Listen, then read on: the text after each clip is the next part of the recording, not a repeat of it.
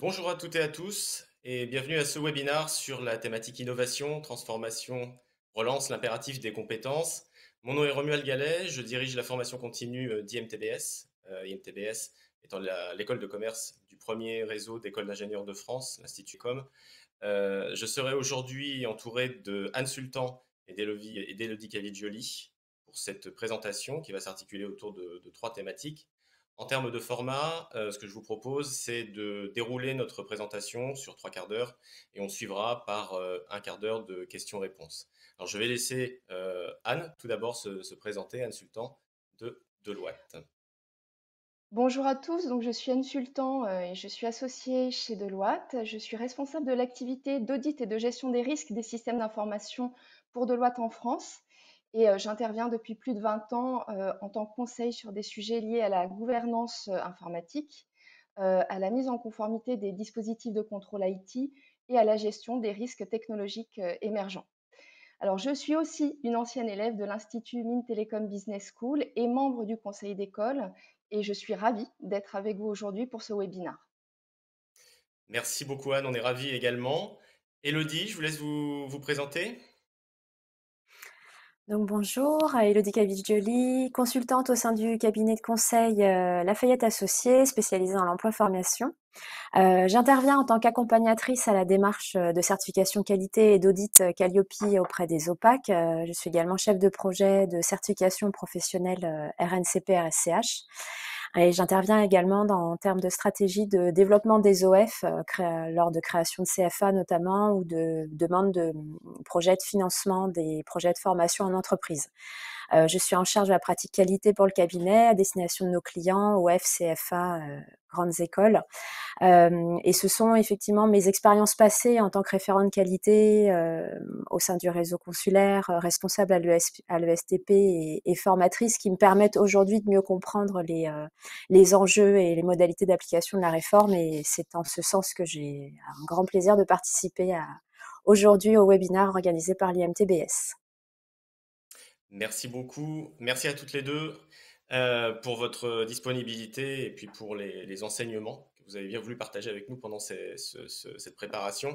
Donc, sans plus attendre, on va commencer en rentrant dans le vif du sujet par la première thématique que nous avons identifiée, qui est sur les besoins identifiés par les entreprises en termes de compétences et les enjeux sur les métiers que l'on dit en tension. En d'autres termes, quelles sont les aptitudes indispensables à nos sociétés numériques en termes de compétences. Et pour ça, je vais tout d'abord laisser la parole à Anne, qui va nous donner son point de vue et son constat du point de vue entreprise. Merci Romuald. Donc moi, je dirais que les compétences technologiques sont aujourd'hui très demandées en France. Et c'est ce qui ressort en tout cas de la majeure partie des études de place. Je pense notamment à l'étude Future of Jobs 2020 du World Economic Forum, qui place les métiers de l'intelligence artificielle et de la data dans les trois premières positions des métiers qui se développent le plus aujourd'hui. Alors c'est le cas au niveau mondial, mais c'est donc, je le disais, le cas en France également, et ce, quelles que soient les régions. Moi, je le constate au quotidien quand je reçois des appels d'offres de petits et grands groupes, par exemple des prestations de gouvernance des données, de sécurité des données, notamment avec la réglementation RGPD, mais également d'automatisation d'analyse et d'aide à la décision via l'intelligence artificielle, sont de plus demandés en ce moment, de plus en plus demandé. Et si je reçois finalement ce type de demande de prestation en tant que cabinet externe, c'est le signe que les entreprises ont besoin de compétences sur le sujet et non pas forcément les compétences en interne. Alors à ceci s'ajoute tout besoin de technologies émergentes telles que le cloud, la RPA ou les solutions as a service. Et une étude récente du Gartner les positionne dans le top 5 des compétences IT les plus recherchées aujourd'hui. Alors, des efforts de recrutement de personnes ayant ces compétences en data sont conduits par les entreprises de manière soutenue. Et ce qui est intéressant finalement, c'est que nous recherchons des jeunes talents, des talents qui sortent d'école avec ou qui ont quelques années d'expérience, avec un profil hybride capable de maîtriser la technologie, c'est une évidence, mais aussi le secteur d'activité, de comprendre les enjeux métiers pour finalement faire parler au mieux la donnée. Alors, il y a une autre compétence qui est très en tension sur le marché aujourd'hui, et cela s'est accentué par la crise sanitaire que nous vivons tous aujourd'hui. Il s'agit de la cybersécurité. Je Oui, constate malheureusement, voilà, auprès de mes clients, hein, que les attaques cyber sont de plus en plus nombreuses, de plus en plus inventives, de plus en plus pernicieuses. Et selon l'ANSSI, qui est l'Agence nationale de la sécurité des systèmes d'information, les attaques criminelles visant des opérateurs d'importance vitale ont quadruplé en France entre 2019 et 2020. Même nos hôpitaux, hein, on l'a vu, sont attaqués aujourd'hui.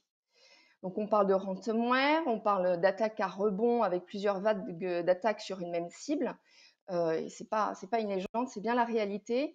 Alors bien sûr, moi je constate une augmentation des demandes d'expertise sur ce sujet pour aider les entreprises à se protéger.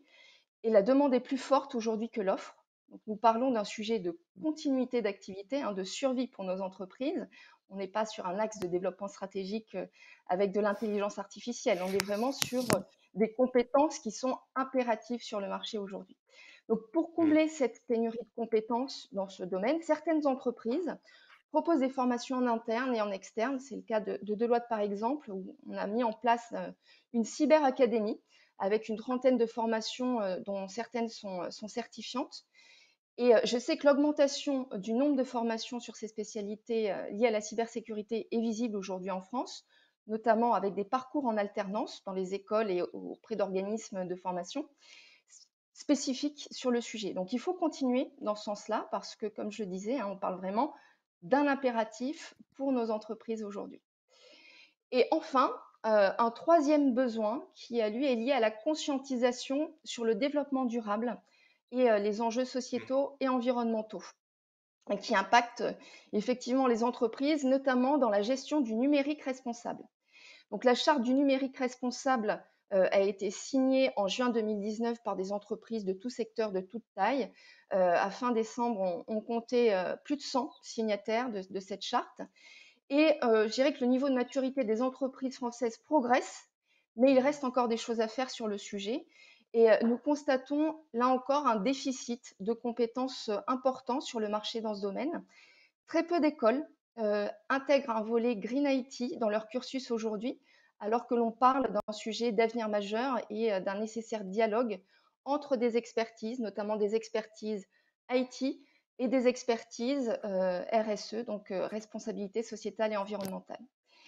Ce dialogue d'experts, finalement, il est nécessaire dans, par exemple, l'éco-conception de programmes. Lorsque l'on programme des applications et que l'on déploie des codes, il faut avoir en tête l'éco-conception de ces codes, mais également dans l'établissement du bilan carbone des infrastructures informatiques, par exemple, ou encore lors d'achat de matériel et de logiciels. Donc c'est un mm. sujet nouveau, c'est un sujet complexe, c'est un sujet qui demande plusieurs expertises et qui se gère de manière transversale au sein des organisations. On parle aujourd'hui de développement d'une filière d'excellence créatrice d'emplois. La France est bien positionnée au national, mais il faut encore progresser avec le déploiement effectif des cursus dans les écoles, dans les organismes de formation. Notamment, certains sont spécialisés aujourd'hui, je le disais, en éco-conception. Il faut continuer sur cette lancée pour pallier la carence que l'on connaît aujourd'hui. Alors, je dirais en synthèse que les entreprises ont des enjeux forts en matière de numérique, qu'il s'agisse de développement stratégique via l'intelligence artificielle, par exemple, ou alors de support à leur activité en se protégeant contre les risques cyber, ou encore d'inscription dans un monde plus responsable et durable en favorisant le numérique responsable. Donc, ces sujets sont incontournables et doivent s'inscrire dans la formation de nos jeunes et renforcer les cursus des expérimentés. Merci beaucoup, Anne. C'est très intéressant parce que en fait, vous pointez de manière très synthétique et très précise les besoins exprimés par les entreprises en termes de compétences et puis de nouveaux métiers. Et ce qui est assez intéressant, c'est qu'on on vit une période très importante et très structurante pour le monde à la fois de l'entreprise, mais aussi de la formation, parce que tous ces changements qui sont pour la plupart induits par le numérique, tous ces changements arrivent en même temps qu'une réforme très importante des schémas de formation continue, donc sur lequel nous sommes impactés en en premier lieu, hein, comme organisme de formation et business school, et puis bien évidemment, Elodie aussi, de par son activité liée à ces attendus réglementaires. Alors, Elodie, je vous laisse réagir peut-être par rapport à ce que vient de dire Anne, de votre point de vue justement. Oui, tout à fait. La loi, en fait, la réforme de la formation professionnelle, comme vous le disiez, Romuald, en fait, a eu un effet moteur sur les organismes de formation porteurs de projets de certification et notamment sur les projets de certification professionnelle concernant les métiers dits en tension, ces nouvelles compétences requises notamment.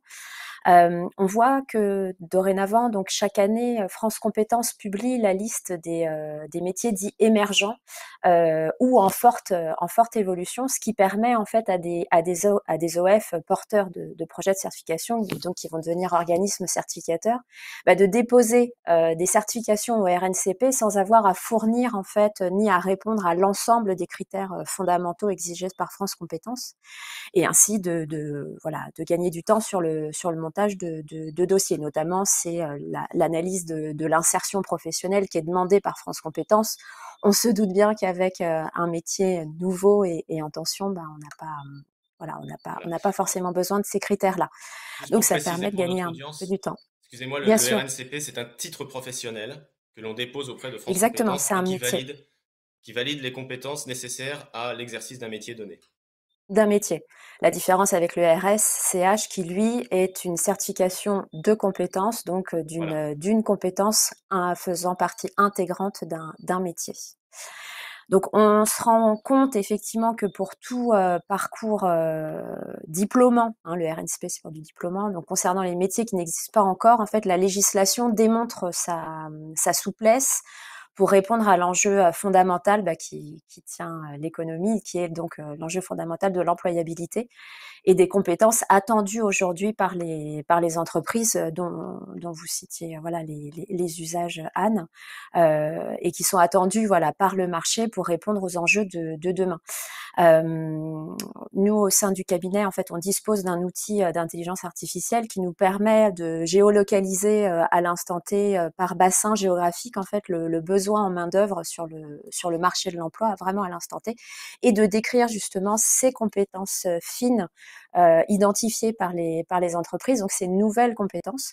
Et c'est vrai qu'en s'inspirant de ces attentes-là, eh bien c'est comme ça que lors d'un dépôt au RNCP, on arrive voilà, à être impactant sur le métier attendu demain, et ainsi de constituer un bon référentiel de certification qui répond vraiment aux critères à la fois France Compétences et aux entreprises. Donc on voit là bien qu'il y a une aubaine hein, pour un OF certificateur, donc qui devient certificateur, de prétendre à la certification de son offre dédiée à ces nouveaux métiers, et de ce fait, de les rendre exigibles au financement. Hein, on en parlera tout à l'heure, mais c'est aussi la raison d'être Oui. de ce webinaire, comprendre comment s'en sortir dans toute cette ingénierie financière à constituer. En tout cas, voilà, pour ces nouveaux métiers qui n'existent pas ou très peu aujourd'hui et qui sont extrêmement recherchés, eh bien, il y a une opportunité, une aubaine à saisir, voilà, pour doter l'ensemble des publics de ces aptitudes indispensables à nos sociétés numériques. Et donc, c'est de ces compétences rares attendues aujourd'hui. Mais attention, juste une précision métier, le temps de mise en œuvre d'un projet de certification ne doit vraiment pas être sous-estimé, puisqu'il faut compter de 1 à 3 mois pour avoir le temps de constituer son projet de référentiel, et ensuite à peu près 7 mois d'instruction du dossier. Donc voilà, des choses à considérer au moment de ce dépôt à France Compétences. Et on se doute que France Compétences est très sollicité en ce moment. Oui, Beaucoup de dépôts de dossiers. Et il y voilà, a en eu tout du cas, merci retard pour en cette. plus avec, Et il y a du retard en mmh, plus. Voilà, mmh. donc ça, c'est des choses qui sont à prendre en considération aussi. Merci beaucoup pour cet éclairage, Elodie. On commence à voir un petit peu l'intérêt de faire ce webinaire avec une vision à 360 degrés et des regards croisés entre nos trois activités, parce que on est en train de connaître de vrais bouleversements technologiques, mais aussi une accélération des innovations qui induisent une nécessité de se former tout au long de la vie. Et ça, c'est la philosophie de cette réforme de la formation continue. Un peu à la manière des médecins, il en va de même pour le business et pour les pratiques managériales. Et un exemple clair, qui aurait parié il y a, ou prédit il y a un an pile qu'on passerait au tout distanciel et qu'on devrait s'y adapter du jour au lendemain, à la fois en termes de moyens humains et technologiques. Donc, comment animer des équipes, comment animer des réseaux, comment garantir une efficacité opérationnelle constante.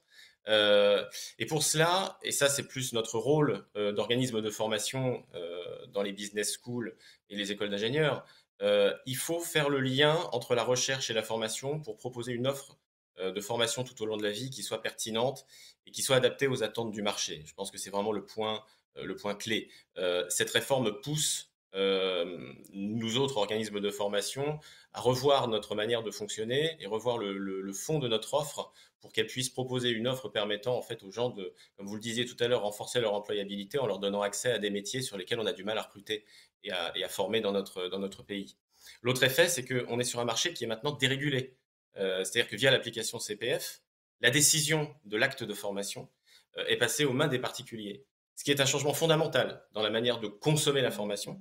C'est-à-dire que les écoles et les organismes de formation doivent maintenant s'adapter non seulement aux évolutions des pratiques business, on n'enseigne plus la stratégie, le management comme il y a 15 ans, voire même 5 ans, mais aussi au niveau des modalités de financement de la formation et des modalités pédagogiques, sachant que l'adaptabilité et la modularité sont maintenant des maîtres mots pour répondre à cet enjeu de développement des compétences. Et là, j'aimerais redonner la parole à Elodie pour aborder notre deuxième sujet, un petit focus sur cette réforme de 2018, pour voir en quoi elle répond à cette urgence des compétences et quels sont maintenant les modes de financement disponibles. Donc Elodie, je vous redonne la parole. Merci. Donc effectivement, récemment, donc le Centre Info en fait a publié la seconde édition du baromètre de la formation et de l'emploi et en synthèse, ce baromètre nous indique que près d'un actif sur 2 en fait souhaite, suivre une formation professionnelle dans l'année à venir et à peu près 49 des actifs pensent, changer d'emploi à plus ou moins long terme. Hem Et un tiers pense également changer d'emploi dans les 2 années à venir. Donc on voit bien que c'est mouvant. On voit bien que maintenant c'est à la main du salarié, hein, comme vous l'expliquiez Romuald avec, l'application MyCPF. Pour autant, même si, effectivement la loi travail, qui était préalable à la loi à la réforme de la formation, en fait a inscrit l'obligation de former des salariés par les entreprises en fait, ainsi que la tenue d'entretiens professionnels, eh bien on se rend compte que même malgré cette injonction, les entreprises en fait n'ont plus de budget minimum à consacrer à leur formation. On a constaté, avec la loi travail et la réforme de la formation pro, eh bien c'était la fin du plan de formation, pour les entreprises de plus de 50 et donc on peut dire que, pour ces entreprises, c'est la fin de l'incitation fiscale à former. Oui, c'est Donc ça.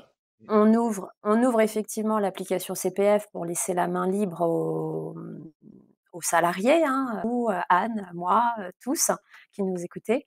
Et en contrepartie, effectivement, l'entreprise a quand même cette obligation de former. Donc maintenant, on voit bien que même en termes de philosophie, l'action de formation, il faut vraiment la concevoir comme un investissement. On est donc en présence d'un paradoxe entre le développement des compétences, comme on le disait, qui sont attendues vraiment pour garantir l'employabilité ou en tout cas garantir l'insertion professionnelle sur le marché de l'emploi. Donc paradoxe entre ce développement des compétences qui sont attendues et le fait que l'acte de formation est désormais dans les seules mains du salarié. Donc du coup, au préalable, l'entreprise avait ce rôle quand même d'accompagnateur à la formation. Là, le salarié est tout seul face à son application. Donc déjà, il faut la télécharger, il faut s'inscrire, voilà, je le rappelle, on est encore dans les temps, il faut inscrire ses heures DIF, hein, d'avant 2014, pour ne pas perdre son budget DIF, hein. On a Sur jusqu'au mon 30 juin, CPF, donc attention. ouais, tout à fait. Sur l'application CPF, donc c'est un appel, Ouais. hein, plus qu'un appel, c'est voilà, une prière, je ne sais pas comment on peut dire ça, mais il faut vraiment le faire, parce que Sinon, vraiment vous le chacun perdez, peut hein. perdre Ah ouais. vous le perdez et ça peut aller jusqu'à plus de 2 000 €, donc c'est un peu gênant, un peu, voilà. Donc en tout cas, besoin d'accompagnement et autre point, individualisation justement attendue, hein, des projets professionnels, eh bien, les salariés ont désormais en fait, 2 000 000 on voit, il y a à peu près 2 milliards d'euros qui sont à dépenser sur l'application CPF. Donc, il y a du budget. Les entreprises, même celles de plus de 50, doivent quand même contribuer. La contribution et la CUFPA est toujours d'actualité. Elles n'ont plus à récupérer les budgets auprès de leurs OPCO, mais comment faire pour que justement ces salariés puissent avoir accès à ces budgets? Il faut savoir aujourd'hui que l'application CPF, on compte à peu près 38 millions de comptes ouverts. 38 millions de salariés donc ont ouvert leur compte CPF et en moyenne, ils disposent de 1 340 euros. Donc, c'est quelque chose que les organismes de formation doivent se saisir pour justement accompagner et devenir vraiment se rapprocher des salariés. On se rend compte que la législation en fait a mis fin à la négociation en entreprise. L'entreprise doit gérer l'employabilité de ses salariés d'un côté, avec le minimum d'un suivi de formation tous les 6 ans. On revient sur la question de l'investissement. De l'autre côté, le salarié est responsable de son évolution professionnelle. Donc cela le renvoie effectivement à sa responsabilité de suivi de parcours individuel de montée en compétences. Mais quid quand même de ces retrouvailles à un moment? Il faut bien que l'entreprise et le salarié se retrouvent pour garantir cette employabilité. Donc, on comprend que les entreprises doivent elles-mêmes monter en compétences. Romuald, vous le sous-entendiez, sur effectivement l'ingénierie à la fois de formation, mais aussi de financière, c'est-à-dire sur les modes de financement auxquels ces Oui. entreprises peuvent prétendre. Parce que même si les entreprises de plus de 50 n'ont plus accès aux fonds publico-paritaires, il y a des subtilités à saisir, il y a des opportunités à creuser. On en parlera tout à l'heure, mais notamment sur des modalités pédagogiques qui sont optimales pour l'acquisition des compétences telles que la FEST. Je reviendrai sur ça tout à l'heure. Donc, on comprend que pour être prise en charge, effectivement, un rappel, l'action de formation doit être inscrite déjà au répertoire de France Compétences. Elles doivent être certifiantes, habilitantes en tout cas.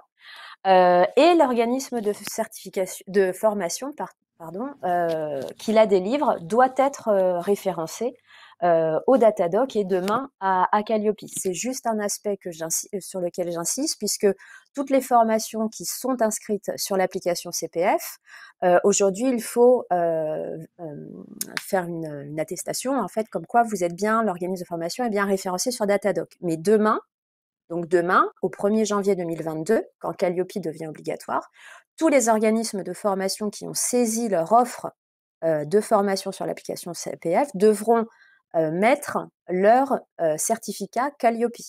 Donc, on voit bien qu'il y a vraiment on encourage les organismes de formation déjà à faire certifier leur formation pour être éligible au financement et en plus à le faire en tout qualité. Donc voilà, la question de l'éligibilité au financement reste ouverte et vraiment, j'insiste sur le fait que même si la loi a un petit peu rompu les négociations entre entreprises et salariés, il faut un moment que les deux puissent se retrouver et s'accorder sur le projet de formation. Merci beaucoup, Elodie. Alors là, je serais curieux d'entendre le retour de Anne par rapport à tous les dispositifs que Elodie vient d'énumérer très précisément, c'est-à-dire avoir un retour sur, on va dire, le niveau d'information des entreprises vis-à-vis de ces dispositifs et la manière dont elles se sont organisées pour y répondre, parce que là, on est bien conscient qu'il y a un enjeu à la fois d'acquisition de compétences, de montée en compétences et de rétention aussi des salariés par cette action de formation. Donc Anne, je vous laisse la parole pour réagir. Oui. Donc effectivement, moi j'aime bien l'idée de paradoxe évoquée par Élodie, puisque c'est vraiment clé dans l'analyse. Le marché a des attentes et l'acte de formation est désormais dans les mains du salarié. Sauf que le salarié doit savoir comment s'y prendre pour se former et répondre aux besoins du marché en se rendant employable. Et ça, c'est pas si simple aujourd'hui, on l'a vu. Je crois que nous avons finalement un axe d'amélioration collectif sur le sujet pour fluidifier les communications entre organismes de formation, salariés et entreprises. Je reprends le terme d'Élodie qui est de retrouvailles, c'est ça, il faut qu'on arrive Exact. à fluidifier les communications entre ces trois parties prenantes finalement, puisque l'objectif est de simplifier l'accès à la formation pour les apprenants, et qui sont de plus en plus autonomes. Et ça, c'est un enjeu, je dirais, de société aujourd'hui en France, vu la réforme. Donc, pour les avoir expérimentés dans le cadre de l'utilisation de mon CPF, si je vous donne mon exemple, c'est vrai que c'est compliqué. J'avais activé mon CPF pour une formation linguistique il y a quelques années. Ça n'avait pas été très simple. Alors, quand on nous explique, et là je me positionne en tant que salarié, ça devient simple, ça devient clair, mais il faut qu'on nous explique quand même. Donc, certaines entreprises se sont dotées de spécialistes sur les opérations réglementaires au sein des directions de formation. Ça peut être Oui, une option, en tout cas. C'est ce qu'on a fait, nous, chez Deloitte. Voilà. d'accord. Merci pour cet éclairage. Je pense qu'effectivement, tout cela occasionne un mouvement d'ensemble. C'est-à-dire que pour les organismes de formation, on a aussi une obligation de nous transformer en profondeur. C'est-à-dire, j'en ai parlé tout à l'heure, à la fois sur l'offre de formation qui doit permettre cette rencontre justement entre ces salariés qui doivent évoluer et ce besoin des entreprises sur ces nouvelles compétences qui sont très pointues. Hein. Si je me réfère à ce que vous avez cité tout à l'heure, Anne, on parle quand même de choses très pointues en termes d'acquisition de compétences. Donc à la fois sur leur offre qui doit répondre parfaitement aux besoins du marché et évoluer au gré de celui-ci, donc qui doit être adaptable, et aussi auprès des branches professionnelles pour rester finançable. Et enfin, sur leur rôle et sur leur mission. C'est-à-dire qu'on passe d'un rôle de prestataire de formation dispensé, je suis tenté de dire un peu sur étagère, avec un catalogue tout prêt et quelque part un peu cuisiné en fonction des ressources internes, à un rôle d'opérateur de compétences. C'est-à-dire que maintenant, on doit répondre à un référentiel commun qui a pour but de renforcer les compétences des actifs et leur permettre de construire des parcours de formation et par extension des parcours professionnels sur mesure. Alors, ça me permet maintenant d'aborder le dernier point de ce webinaire, c'est-à-dire comment les organismes de formation peuvent devenir de véritables business partners pour les entreprises au regard de l'évolution des modes de travail et d'apprentissage. Euh, on est passé en fait d'un monde de connaissances à un monde de compétences depuis la loi de 2018, ce qui est un changement de paradigme fort pour le monde de l'éducation.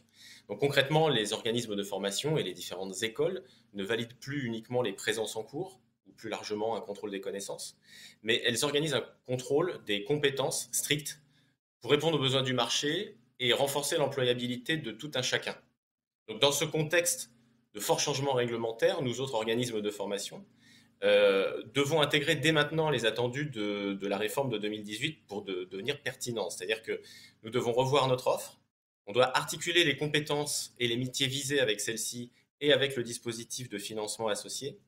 Et on doit devenir également des conseillers carrière et financement. C'est-à-dire que quand on nous contacte, ce n'est pas uniquement pour essayer de trouver la bonne formation au bon moment dans sa carrière, avec la bonne personne et les bonnes compétences à aller chercher. On aide les gens à monter leur dossier de financement, que ce soit auprès de France Compétences avec la mobilisation du CPF ou auprès de Pôle emploi ou des différentes branches professionnelles. Donc pour nous, ça passe, et c'est pour ça que, on le disait tout à l'heure, France Compétences est un peu débordé en ce moment, ça passe par un re-engineering des parcours de formation. Et ça touche à la fois la formation initiale, hein, parce qu'on parle aussi de l'apprentissage, et la formation continue. Du coup, on est quelque part dans cette obligation de coller de plus en plus aux besoins du monde de l'entreprise, et notamment les métiers que vous citiez tout à l'heure, Anne.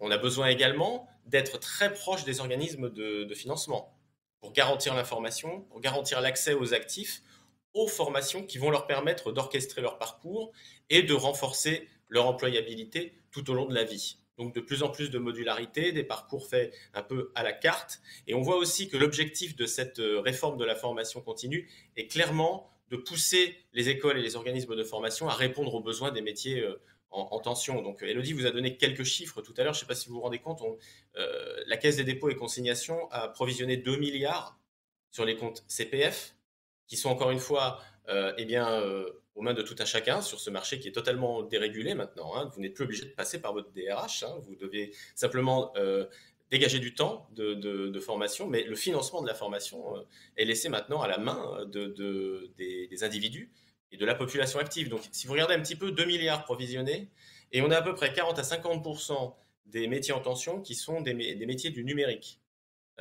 Donc, si les entreprises veulent former, elles doivent forcément passer par des organismes ou se doter d'organismes d'équipes de formation dédiées qui répondent à ces besoins et qui sont capables de les orchestrer dans le contexte de cette réforme et des modes de financement induits. Donc, on voit bien que ces métiers en tension, et en particulier les métiers du numérique, là, si je me réfère à la dernière étude LinkedIn ou au dernier baromètre de France Compétences, plus de la moitié de ces métiers en tension sont issus du numérique.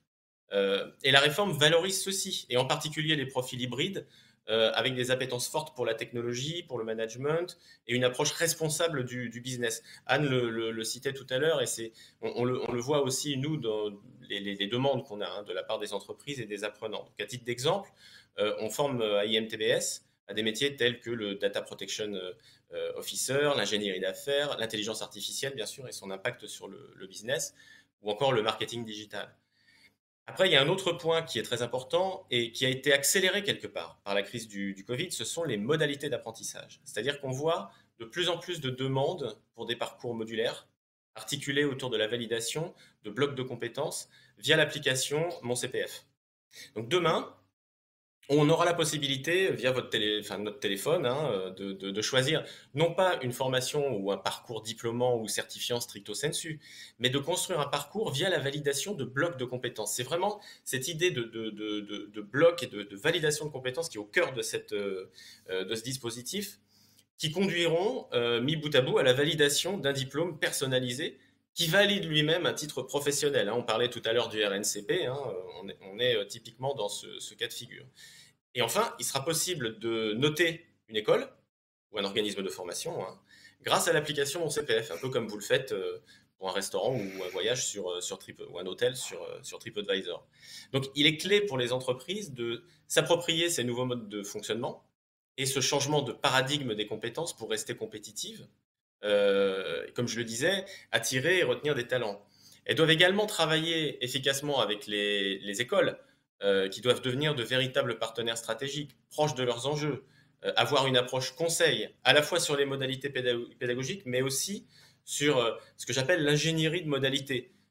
Parce que si on veut rendre des parcours pertinents au regard des besoins et quelque part de la pression que ressentent les actifs ou les personnes qui sont en recherche de repositionnement ou en recherche d'emploi, on doit pouvoir s'adapter à leur mode de vie. Donc, être capable de proposer des solutions en distanciel, en online, en blended, qui soient de bon niveau et qui leur permettent de se former de la manière la plus fluide possible. Et enfin, il y a cette partie ingénierie financière pour trouver les financements les plus adéquats. Donc, plus que jamais, les écoles de commerce en particulier doivent traduire leurs recherches, et j'en reviens à mon point du début, et l'avance de phase qu'elles leur procurent sous forme de programmes toujours plus pertinents. Et c'est clairement ce que la réforme de la formation continue nous pousse à faire. Anne, est-ce que vous, en tant qu'ancienne de l'école de commerce et avec votre regard entreprise, est-ce que vous avez des commentaires à faire par rapport à ça ou des ajouts? Bah, je peux confirmer effectivement, hein, ce que vous venez de dire, Romuald, c'est qu'on assiste en effet à une accélération des besoins de compétences sur des sujets pointus et incontournables. Les programmes des écoles doivent donc être aussi pointus et en avance de phase. On a parlé tout à l'heure de data, d'intelligence artificielle, de cloud, RPA, cybersécurité, Green IT, etc. Selon une étude du Monde informatique, 49% des professionnels estiment que leur entreprise ne dispose pas des compétences digitales requises pour 2025. 2025, c'est demain.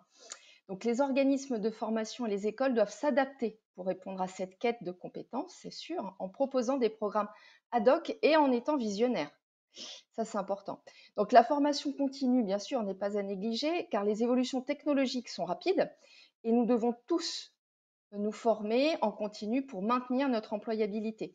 À titre d'exemple, moi, je me forme actuellement sur AWS, Amazon Web Services, même en ayant un diplôme en technologie et en ayant évolué pendant 20 ans dans le domaine. On doit se former et je le fais aujourd'hui au sein de mon entreprise parce que j'ai la chance d'être dans une entreprise qui forme et qui forme beaucoup ses collaborateurs, mais je pourrais tout à fait le faire auprès d'un organisme de formation ou d'une école via un programme d'executive education, par exemple. Alors, d'ailleurs, Deloitte a recours souvent à des organismes de formation pour des formations spécifiques techniques ou des formations soft skills, qui sont également un socle primordial et incontournable pour que nos talents, nos collaborateurs évoluent et interagissent du mieux possible entre eux. Donc, nous avons également recours à des écoles dans le cadre de partenariats et sur des cursus spécifiques. Moi, j'ai pu en bénéficier par le passé, notamment avec Sciences Po Paris.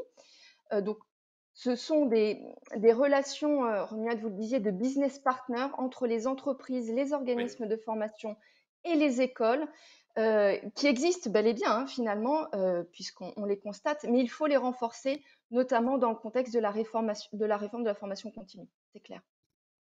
oui, tout à fait d'accord. Et Elodie, par rapport à cette dérégulation du marché, avec votre œil de spécialiste de la réglementation, comment vous réagissez par rapport à ce qui vient d'être dit? Ben, on a la confirmation que pour perdurer dans ce secteur voilà, dérégulé, libéralisé, les OF, enfin, l'ensemble des OPAC, hein, organismes prestataires concurrents, voilà, l'action de développement des compétences, les OF doivent vraiment travailler de manière très, très fine avec leurs clients entreprises et notamment celles des plus de 50, comme on dit, qui ne disposent plus des financements OPCO, quel que soit le projet de formation d'ailleurs.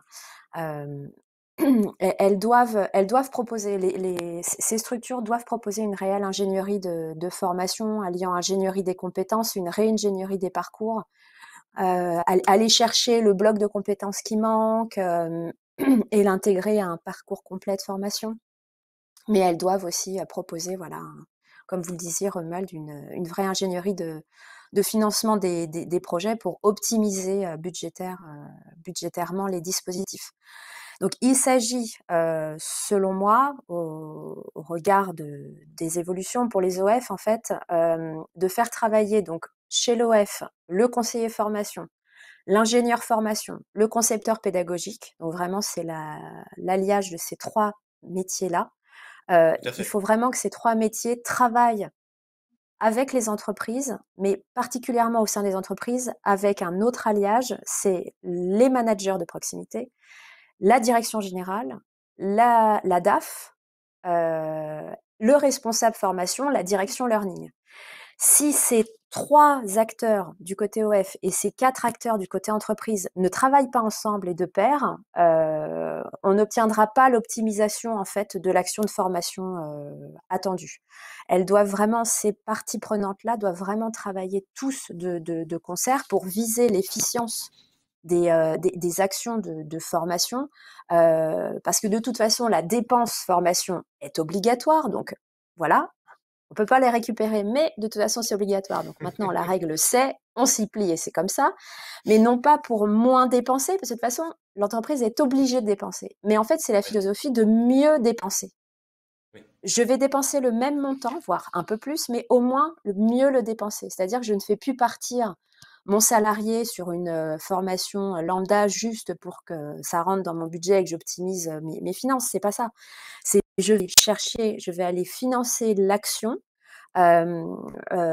qui va vraiment me permettre de participer à la stratégie de mon entreprise, qui va me permettre de rentabiliser mon service, qui va me permettre de décrocher des parts de marché dans mon secteur. C'est ça, il faut voir la formation vraiment dans ce sens-là comme un investissement. Et comme vous le disiez à la fois Anne et Romuald, il faut travailler sur les modalités pédagogiques les plus adaptées à leur développement. Donc, moins de gestion financière, on va dire, mais plus oui. d'ingénierie et de gestion de projet et beaucoup plus de modalités pédagogiques diverses et notamment la FEST qui est rendu éligible au financement, la modalité est éligible au financement, susceptible d'être financé par certains OPCO, mais en tout cas d'améliorer la formation interne en entreprise. On assiste depuis la réforme en fait à un vrai partage des compétences et des intérêts entre entreprises et OF, devenus de gré et non pas de force, mais vraiment de gré, de réels business partners. Et notamment, on le voit, moi je l'ai vu au cours de mes expériences passées et aussi au cabinet Lafayette, donc la création de CFA d'entreprise ou encore CFA D'entreprise. hors les murs. Exactement. Et ça, cette opportunité-là, permet en fait à l'entreprise de se saisir d'incroyables opportunités offertes par cette réforme pour les entreprises de plus de 50. On se rend compte quand même qu'en 2019, pardon, c'est plus d'une dizaine de CFA d'entreprises qui ont vu le jour sur les 600 qui ont été créés. Donc, depuis la libéralisation du secteur, on assiste vraiment à un parti pris des entreprises qui permettent, par le CFA d'entreprise, en fait, de constituer leur carrière center. Il faut le dire, ça permet justement d'assurer la bonne compétence au bon moment pour l'entreprise. Absolument. Merci beaucoup pour toutes ces précisions. Et juste avant qu'on passe à un mot de conclusion, parce que je suis conscient du timing et j'aimerais qu'on ait le temps de pouvoir prendre quelques questions. Un point très important, c'est que ces besoins qu'on a exprimés, à la fois en termes de compétences et de changement d'organisation et de paradigme pour les organismes de formation, elles sont particulièrement critiques pour les entreprises de type ETI et PME, qui typiquement n'ont pas la masse critique pour structurer des CFA d'entreprise ou des universités d'entreprise, qui sont confrontés à des enjeux liés à la cybersécurité très forts, notamment, et à l'appropriation des nouvelles compétences liées au numérique, et je pense notamment à l'intelligence artificielle. Voilà. Donc je pense que pour les écoles en particulier, il faut qu'elles sachent s'adresser maintenant plus uniquement au top management ou au niveau manager, mais plutôt à ce qu'on appelle les communautés managériales, c'est-à-dire les gens qui sont sur le terrain et qui sont les véritables agents de changement auprès de leurs équipes pour faire bouger les choses et s'approprier ces nouvelles technologies sur le numérique. Enfin, c'est assez intéressant. Anne, ce que vous disiez tout à l'heure, c'est 49% d'entreprises qui estiment ne pas être au niveau sur ces thématiques. Donc il y a tout un travail à effectuer, je pense, où il faut encore une fois, et c'était l'objectif ce matin, il faut encore une fois que nos trois types d'entreprises cohabitent ensemble et sont en partenariat ensemble pour articuler cette montée en compétences de cette population active et renforcer l'employabilité et la pérennité des entreprises aussi vis-à-vis de ces enjeux de transformation. Alors, je vais vous laisser à chacune dire un petit mot de conclusion. Peut-être Anne pour débuter. Alors, je dirais que l'enjeu des entreprises actuelles est de trouver des collaborateurs agiles, formés sur les technologies émergentes et capables d'associer la stratégie des entreprises aux enjeux technologiques qui la soutiennent. Ça, c'est important. Donc, les entreprises ont besoin de ressources avec cette double compétence, cette compétence hybride, capable d'adresser les besoins stratégiques, les besoins financiers et responsables au travers de la technologie qui est finalement un socle global. Donc, le rôle des formateurs, au sens large, qu'il s'agisse des écoles comme IMTBS, des organismes de formation ou des entreprises elles-mêmes, est bien d'être à la source de ces enseignements incontournables dans le futur, du fait d'évolutions rapides d'abord de nos modes de travail, on le voit, et de la place toujours croissante de la technologie comme socle d'activité. Sur tous les secteurs, on le sait, on le voit aujourd'hui. Donc, l'apprenant autonome doit en avoir conscience, doit savoir s'orienter, s'adapter, se former en conséquence et surtout disposer de moyens pour le faire. Merci beaucoup. Élodie, quelques mots de conclusion? On se rend compte que la loi de 2018 a redistribué les cartes, a induit une nouvelle gouvernance du secteur de la formation professionnelle, des modes de financement différents, dont une responsabilisation de tous les acteurs et non plus uniquement de l'entreprise, une redéfinition de la notion de compétence et des dispositifs de formation innovants, révélateurs, comme on l'a vu, d'alternatives pédagogiques disruptives, qui permettent de réduire aussi, et c'est ça l'intérêt, les temps de formation, et facilitant Oui. également la montée rapide en compétences. Donc, je dirais que c'est vraiment en cela que les OF, les organismes de formation, doivent devenir de véritables business partners avec ces différents acteurs, en faisant quoi? En adaptant leur communication auprès des entreprises, mais aussi auprès des apprenants, de concevoir des parcours de formation, c'est un peu simple ce que je vais dire, mais vraiment adaptés aux réels besoins en compétences attendus tout de Oui, suite oui, c'est l'enjeu. en situation de travail. Faut vraiment répondre à ça. C'est Ouais. plus possible de concevoir des parcours simplement pour se faire plaisir. Voilà, c'est ma revendication du mardi matin. Sur le marché de l'emploi, vraiment. Et je dirais que voilà, tout ça en visant la fameuse notion que je prône, l'efficalité. Donc la qualité au service de l'efficience de la formation, comme je le présente voilà au sein de l'article publié au Grand Livre de la formation chez Duno. Il faut vraiment que la qualité soit au service de l'efficacité, et ceci permettra à chacun de revenir à la genèse de la formation, de l'action de formation. Il faut Absolument. comprendre que c'est un investissement au long cours, que l'entreprise comme le salarié doivent consentir ensemble.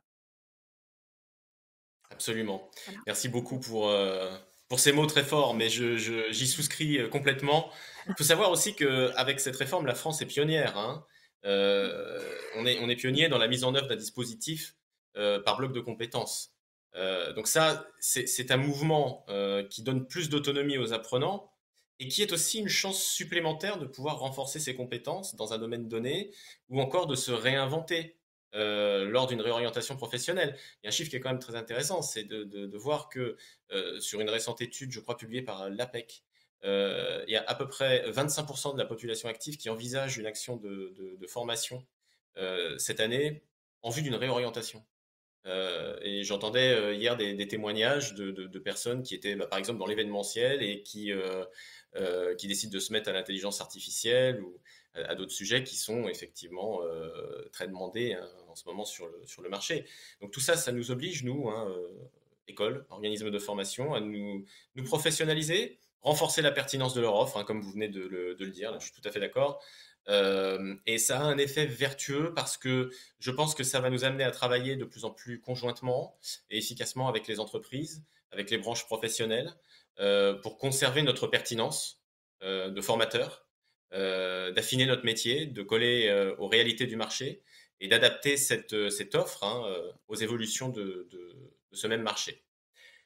Voilà, bah écoutez, un grand merci à toutes les deux pour Merci Romuald. vos contributions et vos éclairages très intéressants et très pratiques quelque part parce que on sent un vrai investissement dans ce que vous faites et une volonté de faire avancer les choses.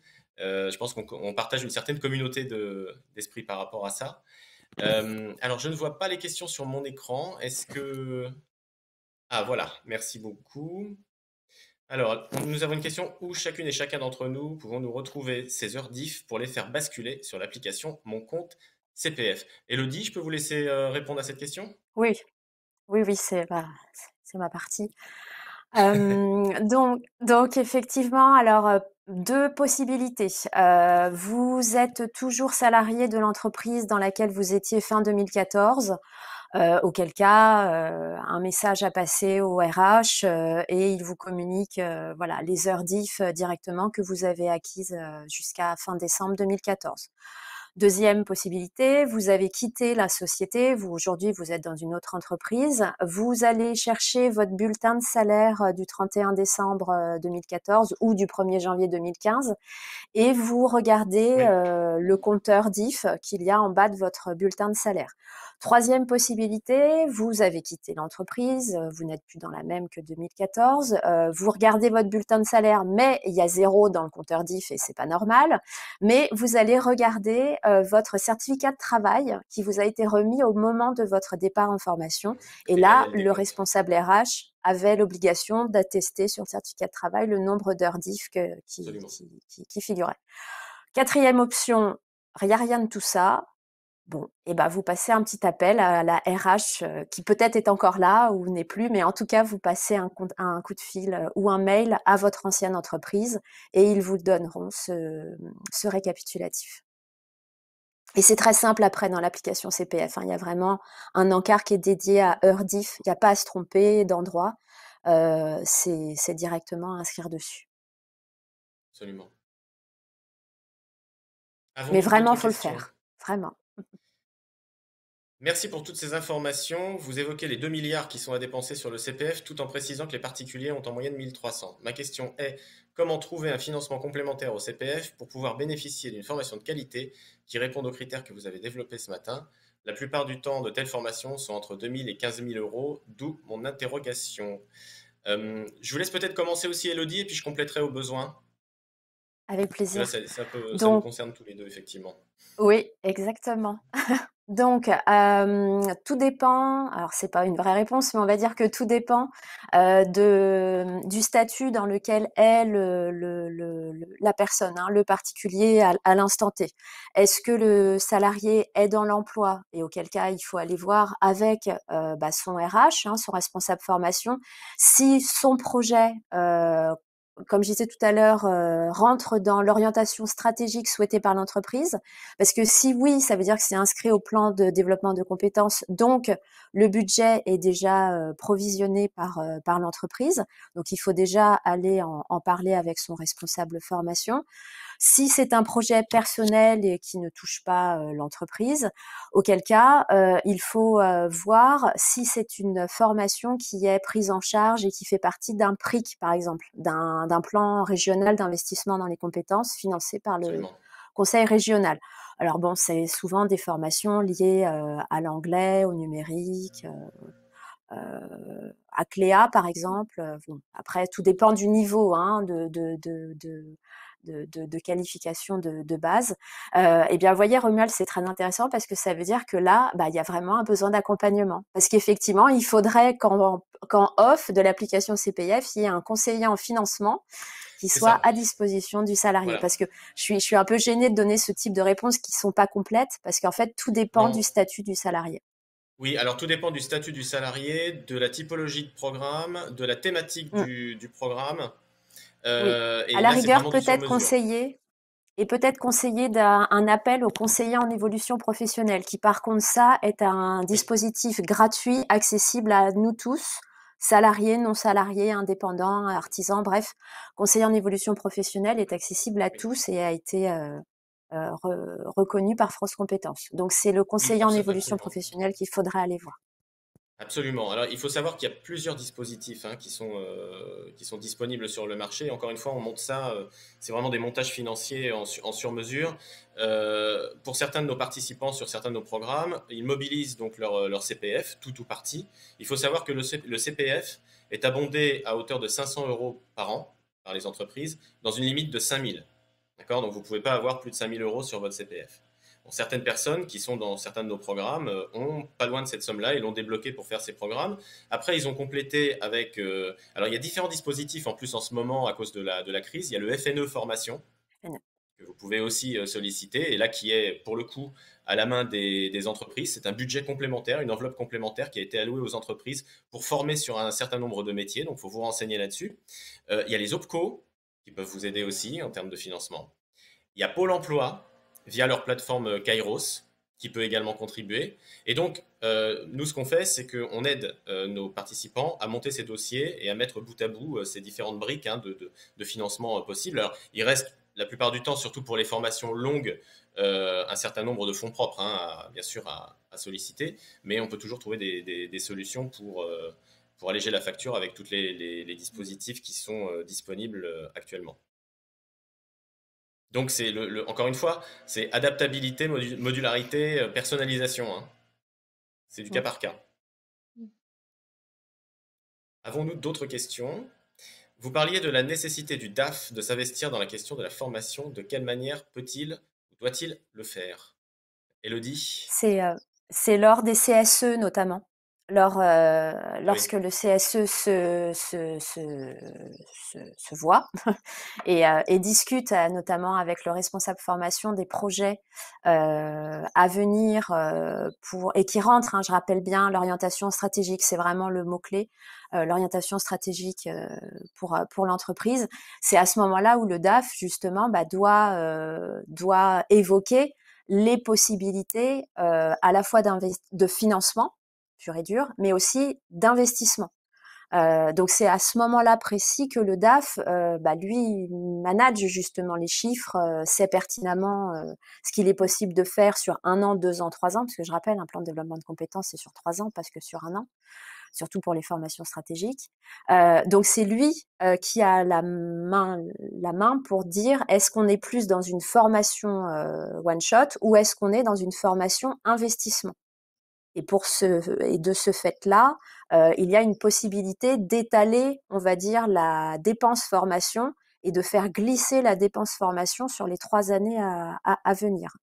Je sais qu'à une époque, France Compétences et notamment la partie vraiment régulation, financement, réfléchissait à une possibilité de proposer un crédit impôt investissement en fait aux entreprises. Je ne dis pas que c'est le cas, hein, je dis pas que c'est officiel aujourd'hui, mais je dis que ça a été réfléchi et ça reste toujours en réflexion. Donc c'est pour ça que je parlais du DAF tout à l'heure en disant qu'il fallait vraiment qu'il travaille et avec la direction générale et avec la direction learning, responsable formation, pour voir comment est-ce qu'on peut considérer un investissement au long cours. Alors bien sûr, on est entre nous, c'est pas les formations Excel, d'accord. On est vraiment sur des formations stratégiques. On voyait tout à l'heure un coût à 15 000 euros. Par exemple, voilà, c'est ce type de formation-là. Formation plus diplômante, pas la formation sur une compétence d'un métier. Là, c'est vraiment sur les compétences rares et fines que Anne, vous souleviez tout à l'heure. Là, on est vraiment sur du développement stratégique et du risque encouru tout de suite. Donc, c'est là où la DAF a son mot à dire, en tout cas. Il ne faut pas la laisser Alors, de côté à simplement traiter des lignes budgétaires. Voilà. Merci Elodie. Je suis conscient de l'heure. Je propose peut-être qu'on prenne 2 dernières questions et ensuite, de toute façon, on fera un recueil de ces questions et on essaiera de revenir vers vous sous les meilleurs délais. Alors, à l'aune de ces changements et du passage d'une vision connaissance à une vision compétence, est-ce que le référentiel RNCP est toujours aussi pertinent pour qualifier les formations délivrées par les universités et les écoles? Une grande question. Je veux bien commencer à y répondre. Alors, il faut savoir que c'est un référentiel qui évolue aussi grâce aux écoles et aux universités, aux organismes de formation en général. C'est-à-dire que ça fonctionne à 2 entrées. La première entrée, c'est un référentiel qui est établi par France Compétences avec les branches professionnelles et qui permet en fait, sous on va dire des thématiques chapeaux, quelque part, de rattacher des blocs de compétences et des formations qui correspondent aux besoins du marché tels qu'exprimés par les branches professionnelles. Et de l'autre côté du spectre, vous avez aussi les organismes de formation qui peuvent créer leur propre titre RNCP ou RS.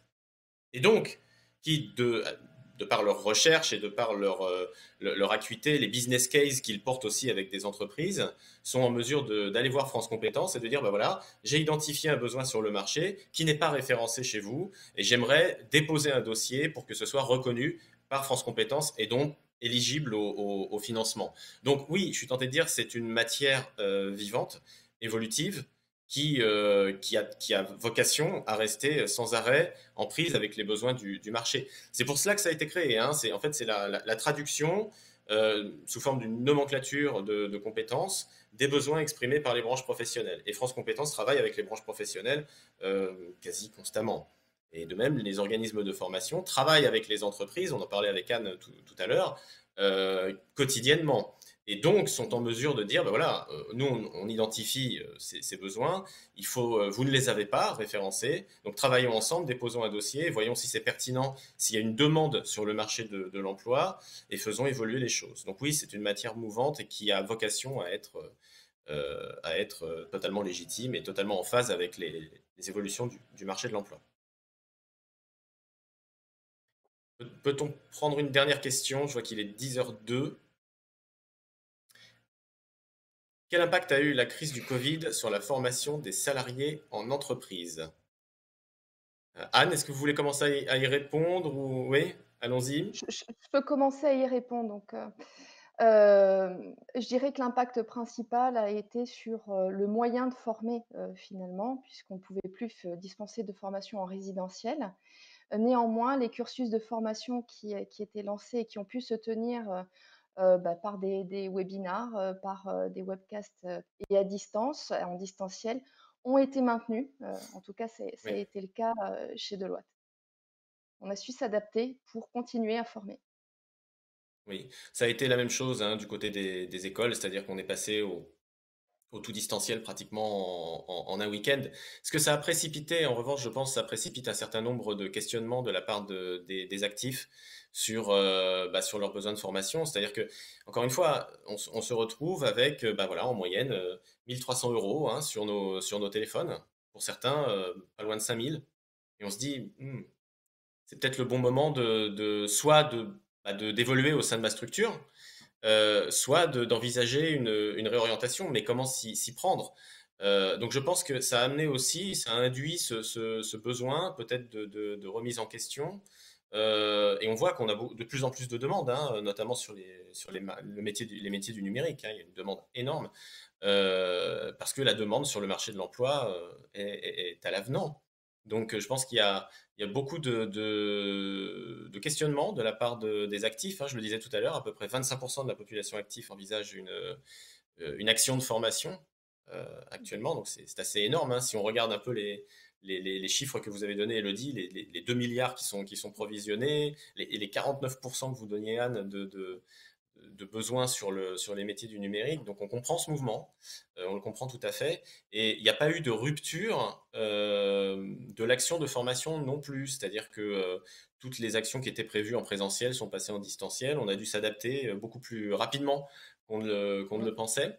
En revanche, si je peux faire un peu de prospective post-Covid, restons optimistes, je pense qu'il va y avoir quand même un besoin pour des formations en présentiel, que les gens vont avoir besoin de se retrouver. Et la formation est à la fois un acte qui permet à tout un chacun de prendre soin de lui, hein, de ses compétences, de son développement personnel, et aussi aux équipes hein, de se Ouais. retrouver et de continuer de former des communautés apprenantes et professionnelles de bon niveau. Donc je pense qu'il y aura ce besoin et qu'il va falloir plus que jamais que les organismes de formation soient prêts à être adaptables sur leur dispositif et à faire de plus en plus de blended, hein, c'est-à-dire un mix entre le distanciel et le présentiel, ou de présentiel stricto sensu.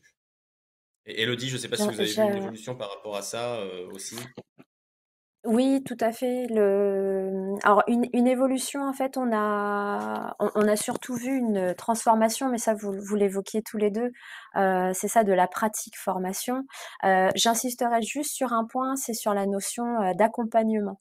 C'est vrai que le tout distanciel, il y a un risque de glissement, en fait, des formés, des stagiaires, si l'accompagnement pédagogique n'est pas, le suivi pédagogique Oui, n'est pas doublé, triplé, quadruplé. Parce que quand on est en distanciel, effectivement, c'est on vrai. ne capte pas. Enfin, je suis ancienne formatrice et je sais qu'en présentiel, il y a quelque chose, il y a un fluide qui passe, il y a quelque chose à travers un écran, c'est encore plus difficile de le capter et encore plus fatigant. Enfin, on l'a tous constaté, hein, le distanciel fatigue d'autant plus.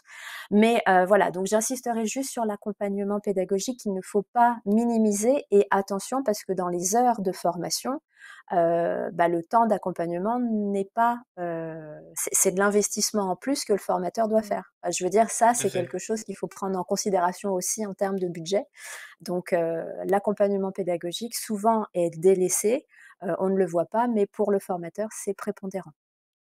Absolument. Alors, pour parler de Covid, effectivement, c'est vraiment le FNE qui a permis à tous ces dispositifs, à toutes ces actions de se continuer le financement. Financement. Et je dirais même, ça a permis surtout aux actifs de se former sur des formations non certifiantes, parce que le FNE est Oui, ouvert à toute catégorie de formation. Et ça, il faut le tout type de dire. formation, C'est pas absolument. simplement, voilà, c'est pas simplement sur du RNCP, RS, voilà, c'est vraiment sur tout type de formation.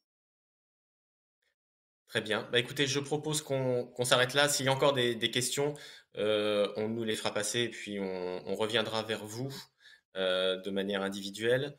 Merci beaucoup pour votre attention. Merci à Anne et Élodie hein, pour vos précieux enseignements et éclairages. Merci Formez-vous Romuald. bien. Merci pour l'invitation. Merci à tous. Merci pour votre attention. Passez une très bonne journée et à très bientôt. Bonne journée. Bonne À journée. bientôt. Au Bonne revoir. journée.